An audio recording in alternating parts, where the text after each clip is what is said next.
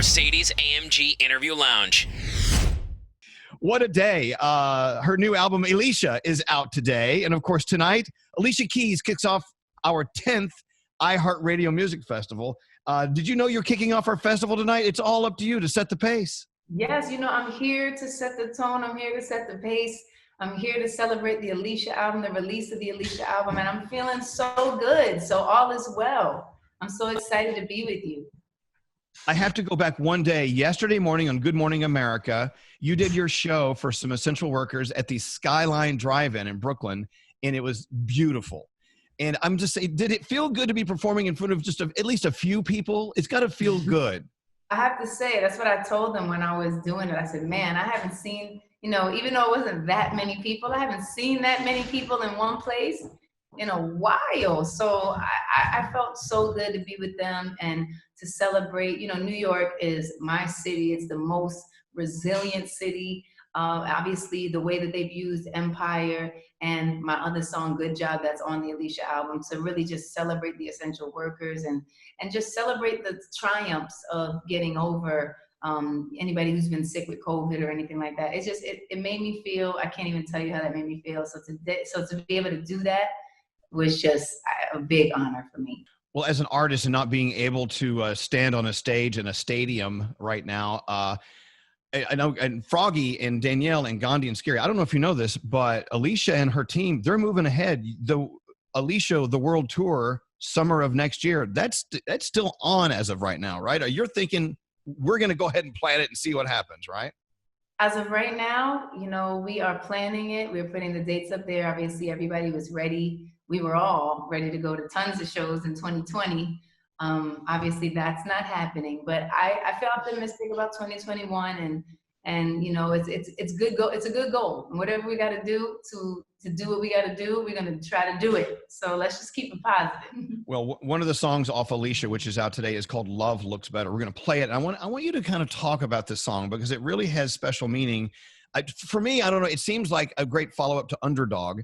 And I want to get into your head with that in a second. And Gandhi and Danielle have a couple of questions for you too. I will say that, every 9/11, we do a moment of silence and we come out of that moment of silence with Empire State. But this year we didn't. This year we used Underdog. So once again, we're using you every Yeah.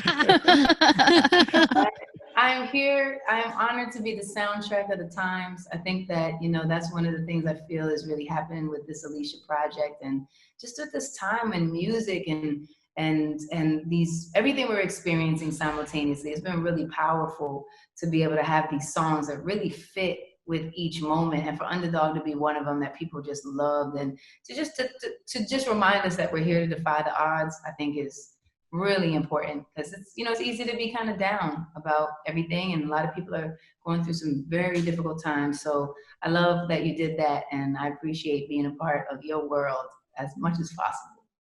But what you just said is so important. I mean, to be 6 months deep into this world, to be able to look yourself in the mirror and go, you know what? Hey, you're still here. You still have great thoughts and you can still help people. You have defied the odds. I think it's important for us to take stock in that. Hey, Gandhi, Gandhi, and I were talking about the story that we read about you the other day. Go ahead, Gandhi. Yeah. So in the middle of you planning a world tour and releasing an album, I just saw the headlines, and I know a lot of other people did, that you teamed up with the NFL for a $1 billion project to help support and fund Black-owned businesses and communities, which is amazing and definitely very needed right now. But if somebody is listening who says, I want to be part of that, I need some help and support, how would they reach out to you guys to become part of that? Well, that's awesome. Yes. So the fund, the $1 billion fund, is in process, and it is very powerful, because the first step to me and to many people, obviously, we know that it's time to clearly focus on Black America, and it's absolutely time to empower Black America on all levels. And I think that's one of the things we've seen, the disparities we've seen, that's become very clear, even with COVID, that there is just drastic needs and things that have to be adjusted. The racism in this country and the way that, Black Americans don't have the same level of health care. And, it's just many things that need to be adjusted and concentrated on. So the first step to me and to many people is really allowing organizations, corporations, and businesses to be invited to the table to contribute to this $1 billion fund, which will focus 100% on empowering Black America. So the NFL are one of the organizations that came on to make a significant contribution, and there are many others. So this is a group effort. This is about all of us recognizing that it's time for us all to be in conversation. It's time for us all to be in communication. And it's time for us to all step forward and step up. If we want to see these things change and we want the narratives to change, we all have to be a part of the conversation. And I think that's the difference we see in the world. We see that people from all walks of life care about Black lives and care about this terrible racism and brutality that we're seeing constantly. And we want it to change. We're not accepting it, So it's incredible. So in regards to the businesses, so the first step is all of the organizations and corporations creating this fund, which is happening as we speak. And then the next step will be how that fund is disseminated. And concept of the fund is that it constantly sustains itself. So it's not donation based. This is something that's going to constantly be refunded and regenerated in the community to focus on Black schools, Black banks, Black communities, Black investments, Black investors. It's really about creating this sustainable way of empowering Black America. So I'm so excited about it, and they will trust me. I'll be talking about it a lot, and you're going to know everything, I promise. Okay. And thank you for being excited about it as well. That's awesome. A reminder, Alicia Keys is on with us. In case you're wondering what's going on, her new album, Alicia, is out today. Love Looks Better is the song we're about to play. And of course, Alicia's kicking off the iHeartRadio Music Festival tonight. From where were you when you did your performance? What town? What city? I was actually on the West Coast. And let me tell you, this performance for iHeart, I gotta say, I'm in love with it. I cannot wait for you to see it. I'm in love with it. I'm in love with what you're going to hear. I'm in love with how it's going to look. I'm in love with what you're going to see. And I'm so blessed to be the one starting it off and kind of welcoming everybody to this, this celebration of music, because that's the one thing that never is going to go away. And that's the one thing we really need so bad is music, just to help us through these times. Absolutely. Danielle, what's your thought? So as an artist, you're slowly, with the iHeart show, getting back into the swing of things, and I know each of us have something that we really missed doing, during the pandemic because we couldn't be out there. But as an artist, what is the thing that you missed most about not being able to perform?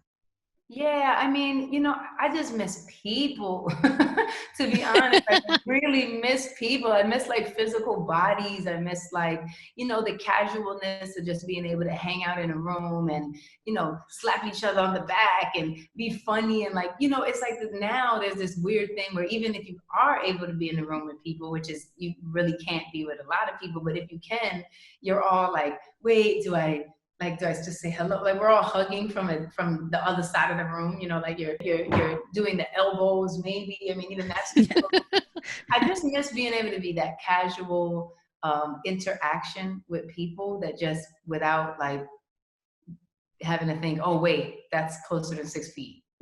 Mm-hmm. That's what I miss. I miss talking so closely you can feel the spit coming into your face.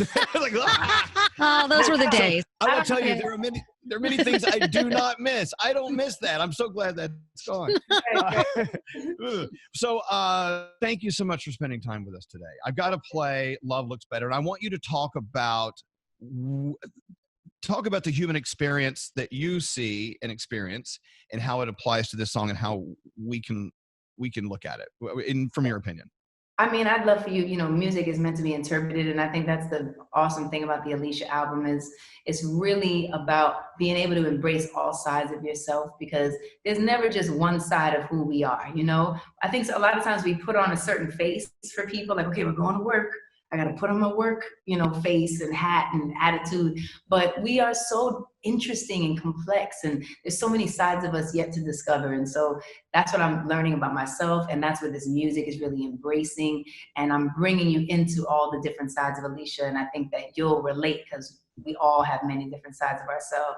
And for Love Looks Better, it's crazy because this music, it's like it was written maybe a year ago, but it's never been more relevant right now. And it's really about, like, we got really busy and we have all these things we're trying to do and all these dreams we're trying to achieve, and we get so fast and we put our love everywhere else. We put our love in the business idea we have. We put our love in all the work we have to do. We put our love on our phone because we got to answer all the things and we got to be whatever. But we have kind of forgotten that my love looks better on you, right there. You in the present right now, the people that we love the most, the people that we're the most close to, and kind of just the reminder not to forget, just to be present. Because, man, as we see, we don't know what's going to happen. Wow. Something so simple is so monumental. I love it. All right. Let's play Love Looks Better. Alicia Keys, of course, Alicia is out today. Pick it up. Download it, stream it, do what you got to do.